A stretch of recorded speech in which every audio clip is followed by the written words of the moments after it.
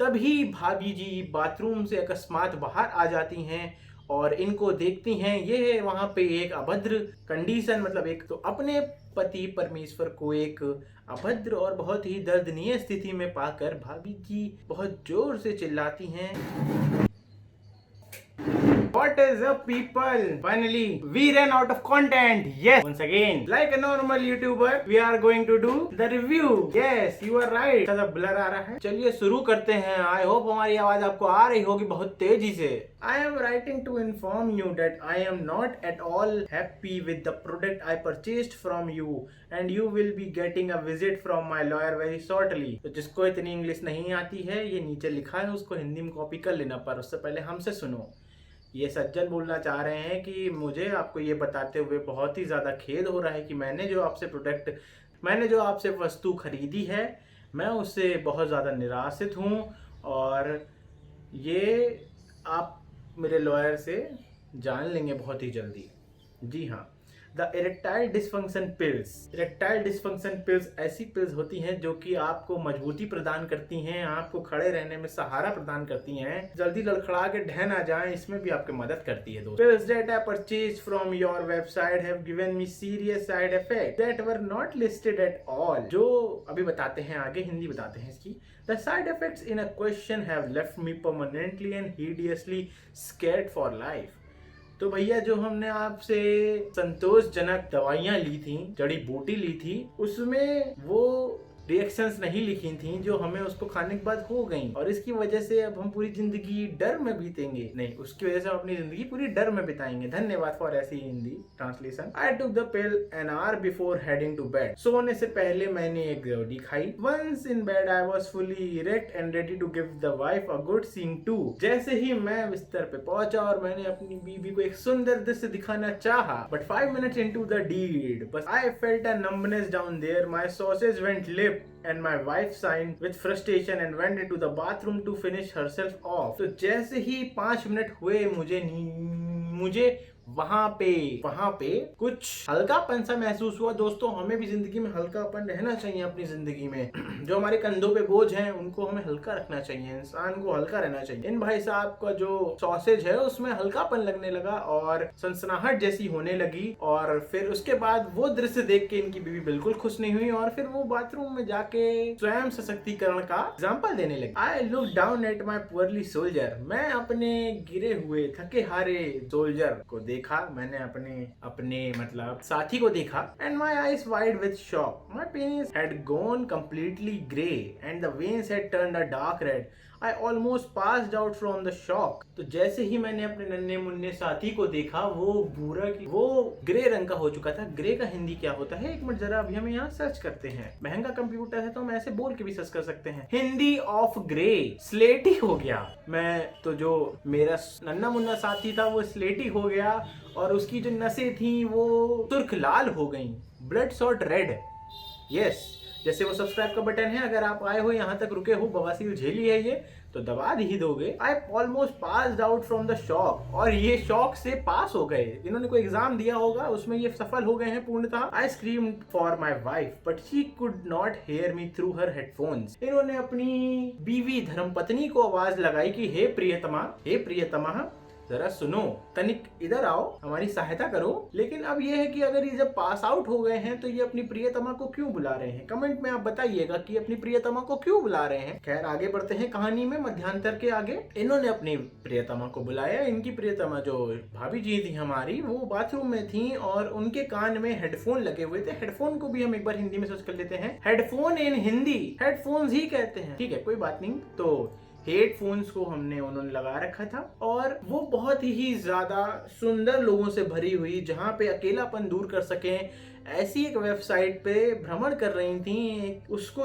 टटोल रही थी, अपने मन को झंझोड़ रही थी, पैरों को मरोड़ रही थी। खैर, आगे बढ़ते हैं। लेकिन उन भाभी, जैसे कि आपको पता है कि जब आप मुसीबत में होते हैं कोई आपको सुनता नहीं है, सुन के भी नजरअंदाज कर देता है, तो वैसे ही भाभी जी ने भैया जी की आवाज नजरअंदाज कर दी। माय कॉक, इनका मुर्गा भी सॉरी, वापस से। My cock began pulsating and the red veins throbbed as blood oozed out from my piss hole. इसको जरा हमें ट्रांसलेट करना पड़ेगा, तो इंग्लिश टू हिंदी कर लेते हैं दोस्तों। मेरा धड़कने लगा और लाल नसें धड़कने लगी जैसे मेरे पेशाब के छेद से खून निकल रहा हो। वाह, लिखने वाले ने भी क्या लिखा, जो अगर आपको पता चले तो कमेंट में जरूर बताएं। My member began to move on its own, इनका मेंबर जो था वो अपने आप हिलने लगा। Like a thick worm testing the air, जैसे कि एक मोटा केचुआ हवा को सूंघता है। लेकिन रुको जरा देखें, thick worm testing the air, एक मिनट रुकिए जरा, इमेजेस सर्च करते हैं। इमेजेस, थिक वॉर्म तो ऐसी कोई इमेज नहीं आ रही है, इनका थिक वॉर्म कुछ ज्यादा ही पतला है। I couldn't feel anything, it was like it was no longer part of my body, और इनको ऐसा लगने लगा कि वो इनके शरीर का हिस्सा ही नहीं रहा है और ये किसी को भी फेंक के मार सकते। Then it began to pull tearing itself clean off as I screamed bloody murder, और इनका जो छोटा नन्ना मुन्ना साथी था उसने खुद अपने आप को इनसे अलग कर लिया। तो दोस्तों इससे हमें एक सीख मिलती है कि जहाँ पे हमारी इज्जत नहीं हो रही हो और हमें हमारी तरह एक्सेप्ट नहीं किया जा रहा, जैसे इनके छोटे साथी को उसका छोटापन से एक्सेप्ट नहीं किया और उन्होंने उसको जबरदस्ती बदलने की कोशिश करी, तो वैसे ही जहाँ पे हमें हमारी तरह ही एक्सेप्टेंस ना ली जाए, हमें नहीं मिलना चाहिए, हमें उस जगह से खुद को अलग कर लेना चाहिए। यही हमारे लिए परम शांति का एक प्रतीक होगा दोस्त। फिर आगे बढ़ते हैं। It was like it was no longer part of my body. Then it began to pull, tearing itself clean off. As I screamed, bloody murderer. फिर इन्होंने चिल्लाया खूनी मर्डरर को हिंदी में क्या बोलते, कातिल, खूनी कातिल। My wife must have heard me that time because she rushed out of bathroom looking flustered.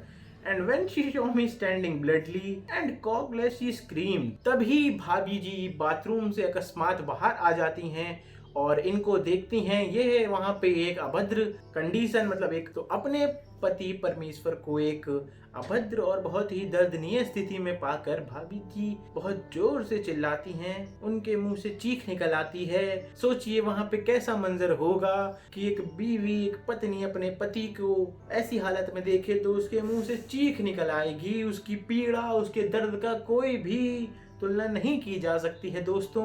Then she looked down to the floor and saw my twitching on the ground as legs began to sprout out from it before it scuttered away under the door. फिर जैसे ही इन्होंने देखा तो वह नन्ना मुन्ना साथी अपने पैरों पे खड़ा होने लगा और वहां से डोर के नीचे से जाने लगा। तो दोस्तों इससे भी हमें एक सीख मिलती है कि भले ही हम कहीं अगर कोई हमें अपने आप से अलग भी कर दे और हमें नीचे गिर जाए, हम टूट जाए, बिखर जाए, लेकिन हमें फिर से सजग होके सशक्त होके अपने आप को निर्भर बनाना है, आत्मनिर्भर बनाना है, अपने पैरों पे खड़ा हो जाना है और उस जगह से आगे बढ़ना है और हमें जीवन में आगे बढ़ते ही जाना है। जी हाँ, तो वैसे ही इनके छोटे नन्हे मुन्ने साथी ने किया। वो पहले खुद को अलग कर लिया और फिर अपने पैरों पे खड़ा होके वो गेट के नीचे से दबे पांव निकलने लगा। हमारी हिंदी के हिसाब से दबे पांव निकलने लगा। I could do nothing but stare blankly. तो दोस्तों कई बार हमारे जीवन में ये भी होता है कि हम कुछ परिस्थितियों में इतना गिर जाते हैं कि हम कुछ चाह के भी कुछ नहीं कर सकते हैं। वहां पे हमें कुछ नहीं करना चाहिए, क्योंकि कभी कभी कुछ ना करना भी कुछ करने के बराबर ही होता है। जरूरी नहीं आप हर जगह पे अपनी टांग अड़ाएं, कभी कभी टांग काट दी जा सकती है। I felt no pain, only pure shock. अब भाई साहब की जो पहले चीख निकल रही थी, अब वो चीख शॉक, मतलब उनका वो भौचक्के रह गए। अब उनका दर्द कहीं उस शॉकनेस के पीछे दब सा गया। शॉकनेस ने उनको ओवर पावर कर दिया और and horror of what had just happened and when I went to the hospital and told them that my cock had run away, they almost sent me to a funny farm. My wife also denied the claims, clearly trying to protect herself from scrutiny. अब जब चिड़िया चुग गई खेत, और मतलब इसका कोई मुहावरा हम यहाँ सेटल नहीं कर सकते हैं। तो जैसे ही भाई साहब हॉस्पिटल जाते हैं दोस्तों, जैसे कि हमें पता है कि जिसका काम उसी को बाजे, दूजा करे तो ठेंगा आवाज। जी हाँ, नहीं, जिसका काम उसी को साजे दूजा करे तो ठेंगा बाजे। तो भाई साहब अब जाते हैं कहाँ? हॉस्पिटल। वहां पे जैसे ये बोलते हैं कि मेरा मुर्गा भाग गया है, तो वो लोग सोचते हैं कि भैया तो आप यहाँ क्यों आए हो, आपको तो फार्म जाना चाहिए। फार्म अब वो नहीं है जहाँ पे जैकलिन फर्नांडिस रही थी लॉकडाउन के टाइम पे सॉलमन भाई के साथ। ये फार्म वो फार्म है जहाँ पे मुर्गियां, मतलब कैटल फार्मिंग होती है, पशु पाले जाते हैं, मुर्गी, बतख, ये सब चीजें पाली जाती हैं। और हाँ, ये सब चीजें पाली जाती हैं। उनको वो लोग इन पे हंसे। तो दोस्तों देखिए, इससे भी हमें पता चलता है ये कहानी कितनी ज्यादा मोटिवेटिंग है दोस्तों। इससे हमें कितने सारे जीवन के सार सुनने को मिले हैं। कैसे आप खुद को अलग कर सकते हैं, कैसे आपको अपने पैरों पे भी खड़ा होना है जब अगर आपको कोई अपने से अलग कर दे, और वैसे ही जैसे जब इनका मजाक उड़ाया गया और इनके साथ सब बुरी चीजें हुई, सब इन पे हंसने लगे। तो मतलब दोस्तों, आपकी मजबूरियों, आपकी कमजोरियों, आपकी कहानियों पे सब हंसने लगेंगे, लेकिन आपको हार नहीं माननी है और करते जाना है, करते जाना है और करते ही जाना है दोस्त जी, करते जाना है। अब भैया वहां पे भाभी जी भी खड़ी थी। भाभी जी वहां देख के कुछ नहीं बोली, वह एकदम चुपचाप खड़ी रही। यही होता है जब आपको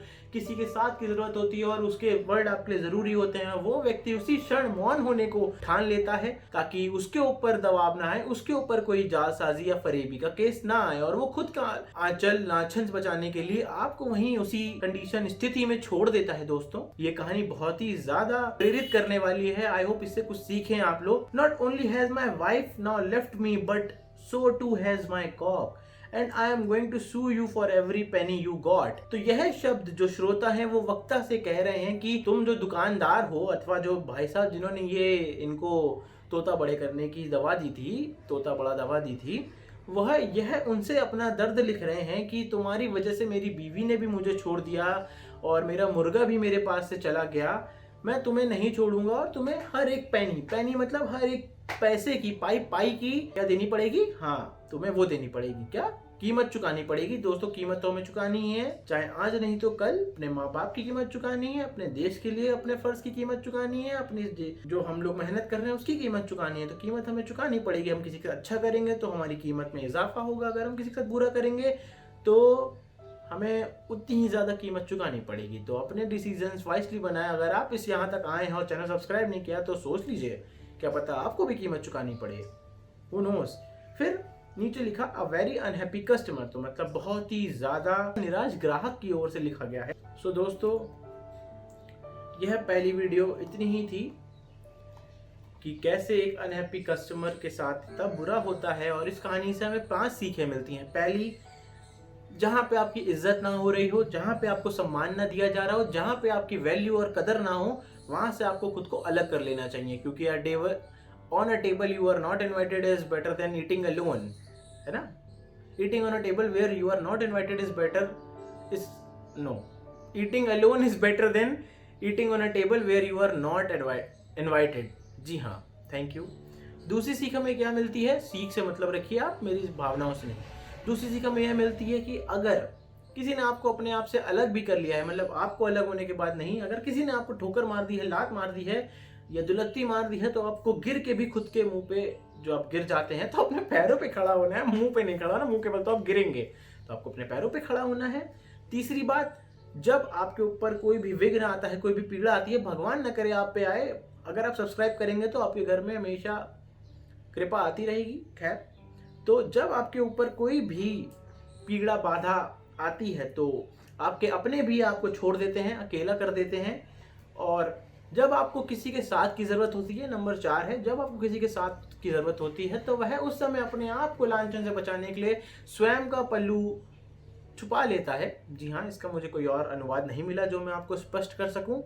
और चौथा पॉइंट ये कि कोई भी ऐसी दवाई कृपया डॉक्टर से जाके ही लें, अपने आप से ऑनलाइन रिव्यूज देख के मत लें, क्योंकि कभी कभी लिटरली कट जाता है। धन्यवाद।